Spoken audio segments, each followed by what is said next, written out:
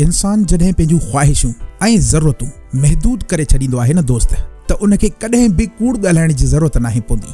हमेशा असां कूड़ ॻाल्हाईंदा रहंदा आहियूं, हमेशा असांजो गुज़ारो ई कूड़ ते थो थिए पियो। यकीन ॾियणो मां सिर्फ़ नथो चवां, हर इंसान इहो दिलि सां तस्लीम करे सघे थो त केतिरो असां रोज़ानो कूड़ पिया ॻाल्हायूं।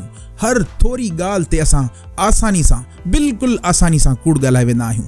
मगर दोस्त, जॾहिं तूं पंहिंजूं ख़्वाहिशूं घटाईंदे, जॾहिं तूं पंहिंजूं ज़रूरतूं घटाईंदे, त यकीन ॼाण कूड़ ॻाल्हाइण जी तोखे काई ज़रूरत न पवंदी। इहे ख़्वाहिशात ई त आहिनि, इहे ज़रूरतूं ई त आहिनि जेके असांखे कूड़ ॻाल्हाइण ते मजबूर कंदियूं आहिनि, जेके असांखे हमेशा कूड़ ॻाल्हाइण जे लाइ आमादा कंदियूं आहिनि। दोस्तो, अगर तव्हांखे अहिड़ियूं वीडियोस पसंदि थियूं अचनि त हिन चैनल खे सब्सक्राइब कयो ऐं इंशाअल्लाह ही चैनल तव्हांजी ज़िंदगी ज़रूर तब्दील कंदो। दोस्त, मौला अली जो फरमान आहे, हीअ ज़िंदगी ॿिनि ॾींहंनि जी आहे, हिकु ॾींहुं तुंहिंजे हक़ में ऐं हिकिड़े ॾींहुं तुंहिंजे मुखालिफ़। ऐं दोस्त, इहा ज़िंदगी जंहिं ॾींहुं तुंहिंजे हक़ में हुजे उन ॾींहुं गुरूर न कजांइ, पाण ते बिल्कुलु बि गुरूर न कजांइ।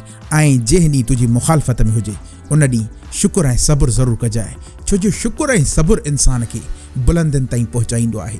अगर तूं शुक्र ऐं सब्र कंदे त दोस्त, हीअ ज़िंदगी तुंहिंजे लाइ हमेशा जे लाइ आसान थी वेंदी। ऐं दोस्त, शेक्सपियर चवे थो, तोखे कुझु बि हासिल करणो आहे त मुस्कुराहट सां हासिल कर, न कि तलवार सां। छो जो जेकी शइ मुस्कुराहट सां, इख़लाक़ सां ऐं अदब सां हासिल करे सघे थो इंसान, उहा शइ तलवार सां हासिल नथो करे सघे। मोहब्बत हिकु अहिड़ो जादू आहे, मुस्कुराहट हिकु अहिड़ो ख़तरनाक जादू आहे जेको तूं दुश्मन जे साम्हूं अगर दुश्मन खे वञी पेश कंदे, दोस्त यकीन कर उहो तोखे कॾहिं बि अफ़सरदा न कंदो।